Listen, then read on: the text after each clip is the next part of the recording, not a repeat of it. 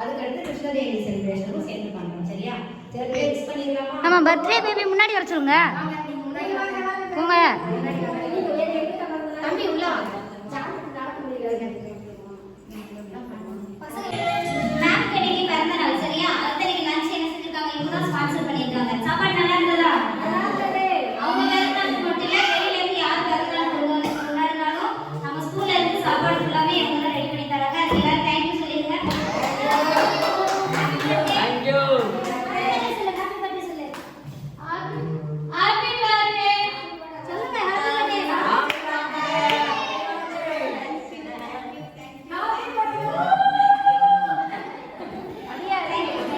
happy birthday मुझे कल birthday था आज बर्थडे पर